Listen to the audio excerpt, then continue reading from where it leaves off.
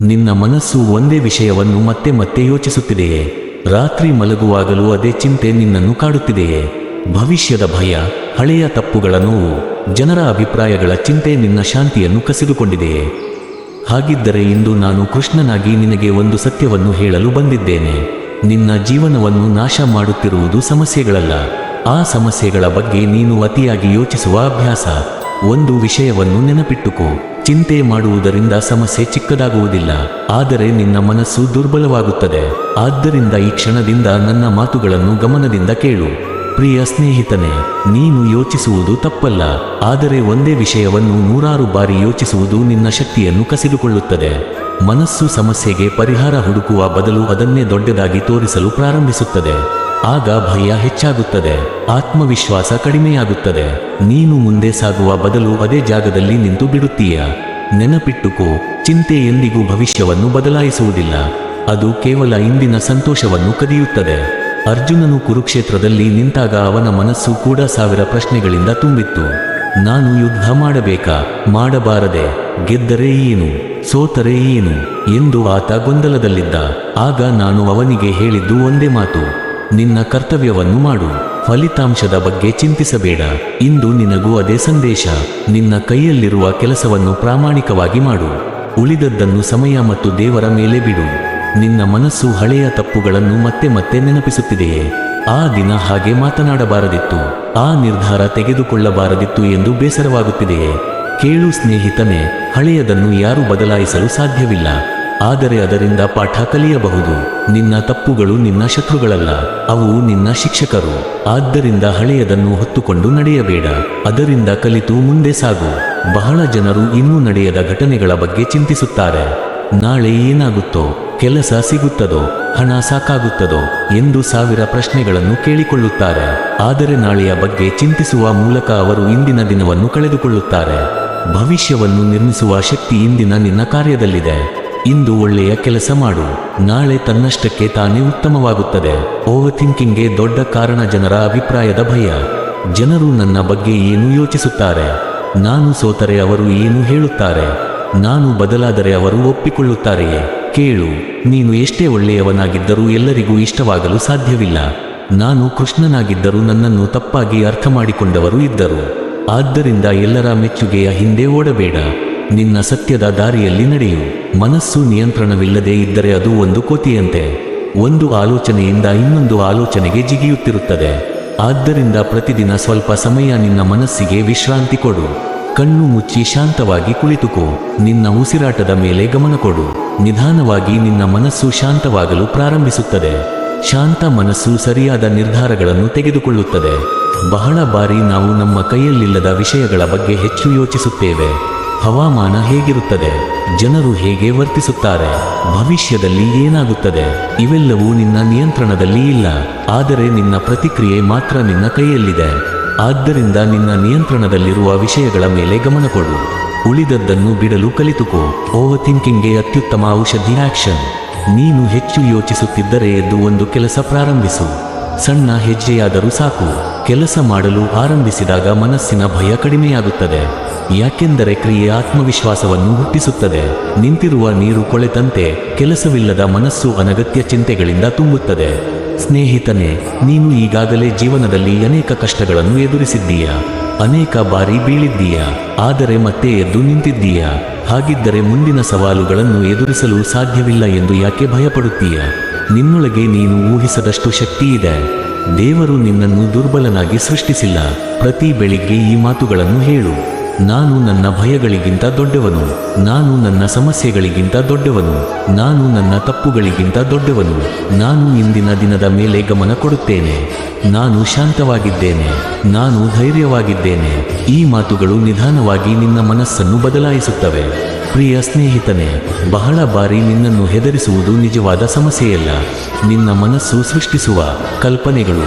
ಒಂದು ಸಣ್ಣ ಸಮಸ್ಯೆಯನ್ನು ಮನಸ್ಸು ದೊಡ್ಡ ಪರ್ವತದಂತೆ ಮಾಡುತ್ತದೆ. ಆಗ ನೀನು ಇನ್ನೂ ನಡೆಯದ ಘಟನೆಗಳಿಗಾಗಿ ಭಯಪಡಲು ಪ್ರಾರಂಭಿಸುತ್ತೀಯ. ಆದರೆ ನೆನಪಿಟ್ಟುಕೋ, ಜೀವನದಲ್ಲಿ ನಡೆದ ಅನೇಕ ಒಳ್ಳೆಯ ಸಂಗತಿಗಳನ್ನು ನೀನು ಮೊದಲೇ ಊಹಿಸಿರಲಿಲ್ಲ. ಹಾಗೆಯೇ ನೀನು ಹೆದರುತ್ತಿರುವ ಅನೇಕ ಕೆಟ್ಟ ಸಂಗತಿಗಳು ಎಂದಿಗೂ ನಡೆಯುವುದಿಲ್ಲ. ಆದ್ದರಿಂದ ಕಲ್ಪನೆಯ ಭಯಕ್ಕೆ ಬಲಿಯಾಗಬೇಡ. ಮನಸ್ಸು ಯಾವಾಗಲೂ ಉತ್ತರಗಳನ್ನು ಹುಡುಕುತ್ತದೆ. ಯಾಕೆ ಹೀಗಾಯಿತು? ಅವನು ಯಾಕೆ ಹಾಗೆ ಮಾತನಾಡಿದ? ನನ್ನ ಜೀವನ ಯಾಕೆ ಹೀಗೆ? ಆದರೆ ಕೆಲವು ಪ್ರಶ್ನೆಗಳಿಗೆ ಸಮಯವೇ ಉತ್ತರ ನೀಡುತ್ತದೆ. ಇಂದು ಅರ್ಥವಾಗದ ಘಟನೆಗಳು ಕೆಲವು ವರ್ಷಗಳ ನಂತರ ಆಶೀರ್ವಾದದಂತೆ ಕಾಣಬಹುದು. ಆದ್ದರಿಂದ ಪ್ರತಿಯೊಂದು ಪ್ರಶ್ನೆಗೆ ತಕ್ಷಣ ಉತ್ತರ ಹುಡುಕುವ ಪ್ರಯತ್ನ ಮಾಡಬೇಡ. ಓವರ್ ಥಿಂಕಿಂಗ್ನ ಒಂದು ದೊಡ್ಡ ಕಾರಣ ಹೋಲಿಕೆ. ಅವನು ನನ್ನಿಗಿಂತ ಮುಂದೆ ಹೋಗಿದ್ದಾನೆ, ಅವಳ ಜೀವನ ಚೆನ್ನಾಗಿದೆ, ನಾನು ಮಾತ್ರ ಹಿಂದೆ ಬಿದ್ದಿದ್ದೇನೆ ಎಂದು ಯೋಚಿಸಬೇಡ. ದೇವರು ಪ್ರತಿಯೊಬ್ಬರಿಗೂ ವಿಭಿನ್ನ ದಾರಿಯನ್ನು ಕೊಟ್ಟಿದ್ದಾನೆ. ನಿನ್ನ ಪ್ರಯಾಣವನ್ನು ಇತರರೊಂದಿಗೆ ಹೋಲಿಸಬೇಡ. ನಿನ್ನ ಇಂದಿನ ಜೀವನವನ್ನು ನಿನ್ನ ನಿನ್ನೆಯ ಜೀವನದೊಂದಿಗೆ ಮಾತ್ರ ಹೋಲಿಸು. ನಿನ್ನ ಬಳಿ ಇಲ್ಲದಿರುವುದರ ಬಗ್ಗೆ ಯೋಚಿಸುತ್ತಾ ನಿನ್ನ ಬಳಿ ಇರುವ ಆಶೀರ್ವಾದಗಳನ್ನು ಮರೆತಿದ್ದೀಯ. ಇಂದು ನೀನು ಜೀವಂತವಾಗಿದ್ದೀಯ, ಹೊಸ ದಿನವನ್ನು ನೋಡುತ್ತಿದ್ದೀಯ, ಕಲಿಯುವ ಅವಕಾಶ ನಿನಗಿದೆ. ಈ ಸಣ್ಣ ಆಶೀರ್ವಾದಗಳನ್ನು ಗಮನಿಸಲು ಪ್ರಾರಂಭಿಸಿದಾಗ ಮನಸ್ಸು ಶಾಂತವಾಗುತ್ತದೆ. ಕೃತಜ್ಞತೆಯು ಓವರ್ ಥಿಂಕಿಂಗ್ಗೆ ಅತ್ಯುತ್ತಮ ಔಷಧಿ. ಬಹಳ ಜನರು ವಿಫಲತೆಯ ಭಯದಿಂದ ಏನನ್ನು ಪ್ರಾರಂಭಿಸುವುದಿಲ್ಲ. ಸೋತರೆ ಏನು, ಜನರು ನಗಿದರೆ ಏನು ಎಂದು ಯೋಚಿಸುತ್ತಾರೆ. ಆದರೆ ಕೇಳು, ಸೋಲು ಅಂತ್ಯವಲ್ಲ, ಅದು ಹೊಸ ಪಾಠದ ಆರಂಭ. ಪ್ರಯತ್ನಿಸದೇ ಇರುವುದೇ ನಿಜವಾದ ಸೋಲು. ಆದ್ದರಿಂದ ಭಯವನ್ನು ನೋಡಿ ಹಿಂದೆ ಸರಿಯಬೇಡ, ಮುಂದೆ ಹೆಜ್ಜೆ ಇಡು.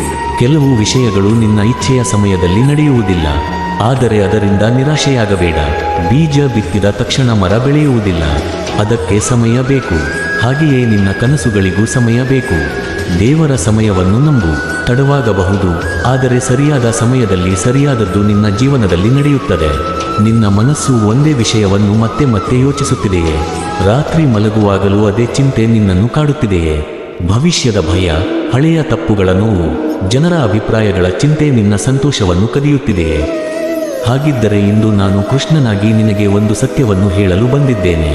ನಿನ್ನ ಜೀವನವನ್ನು ನಾಶ ಮಾಡುತ್ತಿರುವುದು ಸಮಸ್ಯೆಗಳಲ್ಲ, ಆ ಸಮಸ್ಯೆಗಳ ಬಗ್ಗೆ ನೀನು ಅತಿಯಾಗಿ ಯೋಚಿಸುವ ಅಭ್ಯಾಸ. ಚಿಂತೆ ಮಾಡುವುದರಿಂದ ಸಮಸ್ಯೆ ಕಡಿಮೆಯಾಗುವುದಿಲ್ಲ, ಆದರೆ ನಿನ್ನ ಮನಸ್ಸು ಮಾತ್ರ ದುರ್ಬಲವಾಗುತ್ತದೆ. ಆದ್ದರಿಂದ ಈ ಕ್ಷಣದಿಂದ ನನ್ನ ಮಾತುಗಳನ್ನು ಗಮನದಿಂದ ಕೇಳು. ಜೀವನದಲ್ಲಿ ಎಲ್ಲವೂ ನಿನ್ನ ಇಚ್ಛೆಯಂತೆ ನಡೆಯುವುದಿಲ್ಲ. ಕೆಲವೊಮ್ಮೆ ನೀನು ತುಂಬಾ ಪ್ರಯತ್ನಿಸಿದರೂ ಫಲಿತಾಂಶ ಸಿಗುವುದಿಲ್ಲ. ಆಗ ಮನಸ್ಸು ಸಾವಿರ ಪ್ರಶ್ನೆಗಳನ್ನು ಕೇಳುತ್ತದೆ. ನಾನು ಸಾಕಷ್ಟು ಪ್ರಯತ್ನ ಮಾಡಲಿಲ್ಲವೇ? ನನ್ನ ಅದೃಷ್ಟ ಕೆಟ್ಟಿದೆಯೇ? ನನ್ನ ಜೀವನ ಯಾಕೆ ಹೀಗೆ? ಆದರೆ ಕೇಳು ಸ್ನೇಹಿತನೇ, ಕೆಲವೊಮ್ಮೆ ಜೀವನ ನಿನಗೆ ತಡವಾಗಿ ಕೊಡುತ್ತದೆ, ಆದರೆ ಅದರಿಂದ ಉತ್ತಮವಾದುದನ್ನು ಕೊಡುತ್ತದೆ. ನಿನ್ನ ಮನಸ್ಸು ಒಂದು ತೋಟದಂತೆ, ಅದರಲ್ಲಿ ಯಾವ ಬೀಜ ಬಿತ್ತುತ್ತೀಯೋ ಅದೇ ಬೆಳೆಯುತ್ತದೆ. ನೀನು ಪ್ರತಿದಿನ ಭಯದ ಬೀಜ ಬಿತ್ತಿದರೆ ಭಯ ಬೆಳೆಯುತ್ತದೆ, ಅನುಮಾನದ ಬೀಜ ಬಿತ್ತಿದರೆ ಅನುಮಾನ ಬೆಳೆಯುತ್ತದೆ, ಆದರೆ ಧೈರ್ಯದ ಬೀಜ ಬಿತ್ತಿದರೆ ಧೈರ್ಯ ಬೆಳೆಯುತ್ತದೆ. ಆದ್ದರಿಂದ ನಿನ್ನ ಆಲೋಚನೆಗಳನ್ನು ಜಾಗರೂಕತೆಯಿಂದ ಆಯ್ಕೆ ಮಾಡು. ಹಲವಾರು ಜನರು ತಮ್ಮ ಜೀವನದ ಅರ್ಧ ಸಮಯವನ್ನು ಹಳೆಯದನ್ನು ನೆನೆದು ಕಳೆಯುತ್ತಾರೆ, ಉಳಿದ ಅರ್ಧ ಸಮಯವನ್ನು ಭವಿಷ್ಯದ ಬಗ್ಗೆ ಚಿಂತಿಸುತ್ತಾ ಕಳೆಯುತ್ತಾರೆ. ಹೀಗೆ ಮಾಡುವಾಗ ಅವರು ವರ್ತಮಾನವನ್ನು ಕಳೆದುಕೊಳ್ಳುತ್ತಾರೆ. ಜೀವನ ನಡೆಯುವುದು ಈ ಕ್ಷಣದಲ್ಲಿ ಮಾತ್ರ. ನಿನ್ನೆ ಹೋಗಿದೆ, ನಾಳೆ ಇನ್ನೂ ಬಂದಿಲ್ಲ. ನಿನ್ನ ಬಳಿ ಇರುವ ಏಕೈಕ ಸಮಯ ಇಂದಿನ ಈ ಕ್ಷಣ. ಅರ್ಜುನನು ಕೂಡ ಒಂದು ಸಮಯದಲ್ಲಿ ತನ್ನ ಶಕ್ತಿಯನ್ನು ಮರೆತಿದ್ದನು. ಅವನ ಕಣ್ಣಿಗೆ ಸಮಸ್ಯೆಗಳು ಮಾತ್ರ ಕಾಣುತ್ತಿದ್ದವು, ಆದರೆ ನಾನು ಅವನಿಗೆ ಅವನ ಶಕ್ತಿಯನ್ನು ನೆನಪಿಸಿದೆ. ಇಂದು ನಿನಗೂ ಅದನ್ನೇ ನೆನಪಿಸುತ್ತಿದ್ದೇನೆ. ನೀನು ನಿನ್ನ ಸಮಸ್ಯೆಗಳಿಗಿಂತ ದೊಡ್ಡವನು, ನಿನ್ನ ಭಯಗಳಿಗಿಂತ ದೊಡ್ಡವನು, ನಿನ್ನ ಪರಿಸ್ಥಿತಿಗಳಿಗಿಂತ ದೊಡ್ಡವನು. ನೀನು ಯಾವಾಗಲಾದರೂ ಗಮನಿಸಿದ್ದೀಯಾ? ಮನಸ್ಸು ಖಾಲಿ ಇದ್ದಾಗಲೇ ಹೆಚ್ಚು ಚಿಂತೆ ಮಾಡುತ್ತದೆ. ಆದ್ದರಿಂದ ನಿನ್ನ ಜೀವನದಲ್ಲಿ ಒಂದು ಗುರಿ ಇರಲಿ. ಹೊಸದನ್ನು ಕಲಿಯು, ಕೆಲಸ ಮಾಡು, ಪುಸ್ತಕ ಓದು, ವ್ಯಾಯಾಮ ಮಾಡು. ನಿನ್ನ ಸಮಯವನ್ನು ಅರ್ಥಪೂರ್ಣ ಕೆಲಸಗಳಲ್ಲಿ ಬಳಸಿದಾಗ ಓವರ್ ಥಿಂಕಿಂಗ್ ನಿಧಾನವಾಗಿ ಕಡಿಮೆಯಾಗುತ್ತದೆ. ಸ್ನೇಹಿತನೇ, ಜನರು ನಿನ್ನ ಬಗ್ಗೆ ಏನು ಯೋಚಿಸುತ್ತಾರೆ ಎಂಬುದನ್ನು ನಿಯಂತ್ರಿಸಲು ಸಾಧ್ಯವಿಲ್ಲ. ಎಷ್ಟೇ ಒಳ್ಳೆಯವನಾಗಿದ್ದರೂ ಯಾರಾದರೂ ನಿನ್ನನ್ನು ಟೀಕಿಸುತ್ತಾರೆ, ಎಷ್ಟೇ ಸರಿಯಾಗಿ ನಡೆದರೂ ಯಾರಾದರೂ ತಪ್ಪು ಹುಡುಕುತ್ತಾರೆ. ಆದ್ದರಿಂದ ಜನರ ಅಭಿಪ್ರಾಯಕ್ಕೆ ನಿನ್ನ ಸಂತೋಷವನ್ನು ಒಪ್ಪಿಸಬೇಡ. ಕೆಲವೊಮ್ಮೆ ಜೀವನದಲ್ಲಿ ಬಾಗಿಲುಗಳು ಮುಚ್ಚುತ್ತವೆ, ಆಗ ನಾವು ದುಃಖಪಡುತ್ತೇವೆ, ಆದರೆ ನಂತರ ತಿಳಿಯುತ್ತದೆ ಆ ಬಾಗಿಲು ಮುಚ್ಚಿದ್ದು ಇನ್ನೂ ಉತ್ತಮವಾದ ಬಾಗಿಲು ತೆರೆಯಲು. ಆದ್ದರಿಂದ ಪ್ರತಿಯೊಂದು ನಿರಾಕರಣೆಯನ್ನು ಶಾಪ ಎಂದು ನೋಡಬೇಡ. ಕೆಲವು ನಿರಾಕರಣೆಗಳು ಆಶೀರ್ವಾದಗಳಾಗಿರುತ್ತವೆ. ನೀನು ಭಯಪಡುತ್ತಿರುವ ವಿಷಯಗಳ ಪಟ್ಟಿಯನ್ನು ಬರೆಯು. ನಂತರ ಕಳೆದ 5 ವರ್ಷಗಳಲ್ಲಿ ನೀನು ಭಯಪಟ್ಟ ವಿಷಯಗಳನ್ನು ನೆನಪು ಮಾಡು. ಅವುಗಳಲ್ಲಿ ಎಷ್ಟು ನಿಜವಾಗಿಯೂ ನಡೆದಿವೆ? ಬಹಳ ಕಡಿಮೆ. ಯಾಕೆಂದರೆ ನಮ್ಮ ಮನಸ್ಸು ವಾಸ್ತವಕ್ಕಿಂತ ಹೆಚ್ಚು ಭಯಾನಕ ಕಥೆಗಳನ್ನು ಸೃಷ್ಟಿಸುತ್ತದೆ. ಒಂದು ಹಕ್ಕಿ ಮರದ ಕೊಂಬೆಯ ಮೇಲೆ ಕುಳಿತಾಗ ಕೊಂಬೆಯ ಮೇಲೆ ನಂಬಿಕೆ ಇಡುವುದಿಲ್ಲ, ತನ್ನ ರೆಕ್ಕೆಗಳ ಮೇಲೆ ನಂಬಿಕೆ ಇಡುತ್ತದೆ. ಹಾಗೆಯೇ ನೀನು ಪರಿಸ್ಥಿತಿಗಳ ಮೇಲೆ ಮಾತ್ರ ನಂಬಿಕೆ ಇಡಬೇಡ. ನಿನ್ನ ಸಾಮರ್ಥ್ಯದ ಮೇಲೆ ನಂಬಿಕೆ ಇಡು. ಜೀವನದಲ್ಲಿ ಕೆಲವರು ನಿನ್ನನ್ನು ಬಿಟ್ಟು ಹೋಗುತ್ತಾರೆ, ಕೆಲವರು ಮೋಸ ಮಾಡುತ್ತಾರೆ, ಕೆಲವರು ನಿನ್ನ ಒಳ್ಳೆಯತನವನ್ನು ಅರ್ಥ ಮಾಡಿಕೊಳ್ಳುವುದಿಲ್ಲ. ಆದರೆ ಅದಕ್ಕಾಗಿ ಎಲ್ಲರ ಮೇಲೂ ನಂಬಿಕೆ ಕಳೆದುಕೊಳ್ಳಬೇಡ. ತಪ್ಪು ವ್ಯಕ್ತಿಗಳು ನಿನ್ನ ಜೀವನಕ್ಕೆ ಪಾಠ ಕಲಿಸಲು ಬರುತ್ತಾರೆ, ಸರಿಯಾದ ವ್ಯಕ್ತಿಗಳು ನಿನ್ನ ಜೀವನವನ್ನು ಸುಂದರಗೊಳಿಸಲು ಬರುತ್ತಾರೆ. ಪ್ರತಿದಿನ ಬೆಳಿಗ್ಗೆ ಎದ್ದ ಕೂಡಲೇ ಫೋನ್ ನೋಡುವ ಬದಲು 5 ನಿಮಿಷ ಶಾಂತವಾಗಿ ಕುಳಿತುಕೋ. ದೇವರಿಗೆ ಧನ್ಯವಾದ ಹೇಳು. ಇಂದಿನ ದಿನವನ್ನು ಹೇಗೆ ಉತ್ತಮವಾಗಿ ಬಳಸಬಹುದು ಎಂದು ಯೋಚಿಸು. ಈ ಸಣ್ಣ ಅಭ್ಯಾಸವೇ ನಿನ್ನ ಮನಸ್ಸಿನಲ್ಲಿ ದೊಡ್ಡ ಬದಲಾವಣೆ ತರುತ್ತದೆ. ನಿನ್ನ ಮನಸ್ಸು ನಿನಗೆ ಹೇಳುವ ಪ್ರತಿಯೊಂದು ಮಾತು ಸತ್ಯವಾಗಿರುವುದಿಲ್ಲ.